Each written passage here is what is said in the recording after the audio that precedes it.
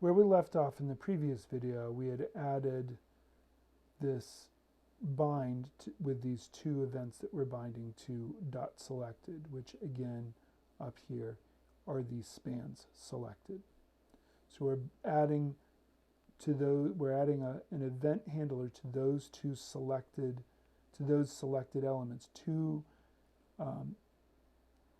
events, touch start and mouse enter. With mouse, it's very straightforward because you have only one mouse on the screen. It's either over something or it's not. So the mouse enters and we can take this thing, the thing that we've hovered over, and add the class hover selected, which again is the class that we just had over here. So we're going to add hover selected. So both of these two rules are now going to apply to that element because we've added hover selected to that element. So that's going to make it behave as if it's hovered over. And then when the mouse leaves that item, we remove the class hover selected and it'll put it back the way it was initially. So mouse is actually very straightforward in that way. Touch is a little bit different because for touch, we're going to say if it has the class hover selected, remove it. So this will handle, otherwise, add the class hover selected. So when you tap the picture for the first time, so when you touch it for the first time, it's going to run this. It's going to add hover selected. But then when you stop touching the picture and touch it again, it will check to see if it has that class and then remove it. And then each time anything that we have not touched that has the class hover selected, it's going to just make sure they're all removed. So that'll make sure they're removed on the rest of them.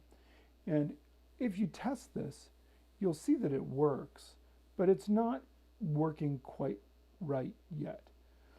The big issue now is that because we have links in that little info bubble, that you could touch the picture and it'll open it, and you can touch it again and it'll close it, but you can't ever touch the links that are inside the info bubble. So while this solution would work fine if we didn't have links in that info bubble, in this case, for this particular design, we need to be able to get to those links. And I recommend actually trying this out by pointing your phone to this thing or putting this in the address and seeing what happens when you bring it up and on your phone and try to tap the LinkedIn or Facebook icons or any of those icons there inside one of the info bubbles. It'll just close the window. It'll close the info bubble. But so that's not quite right yet. So we need to do just a little bit more to modify it so that it works for getting to those links. So we're not quite there yet.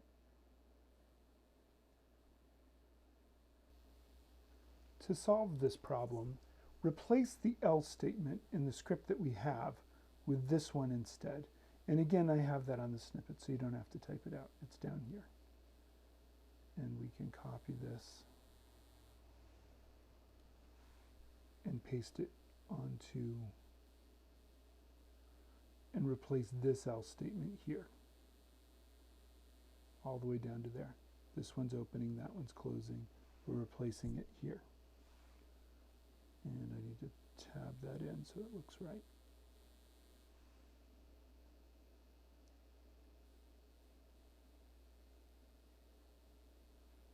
All right, I guess that's good. Okay.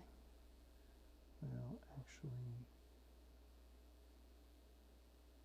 I'm going to tab. Oh, no, I guess that's fine. All right, that's fine. Okay, let me save that. There we go. All right. All right, so my strategy here is to make it so that only tapping the image removes the class. So now that would allow me to tap the info buttons.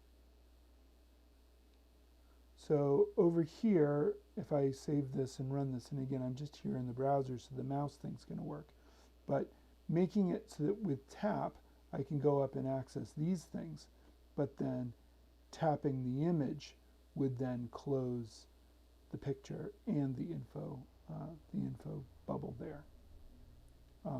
So that was the strategy I took to kind of deal with the fact that I need to access those things. But there's still one bug to fix. So um, one more time, see this version on your phone and see if you can spot the final bug that we need to fix. And I don't know, challenge yourself to see if you can come up with a solution for it, and see what you can do with that if you're looking for a challenge.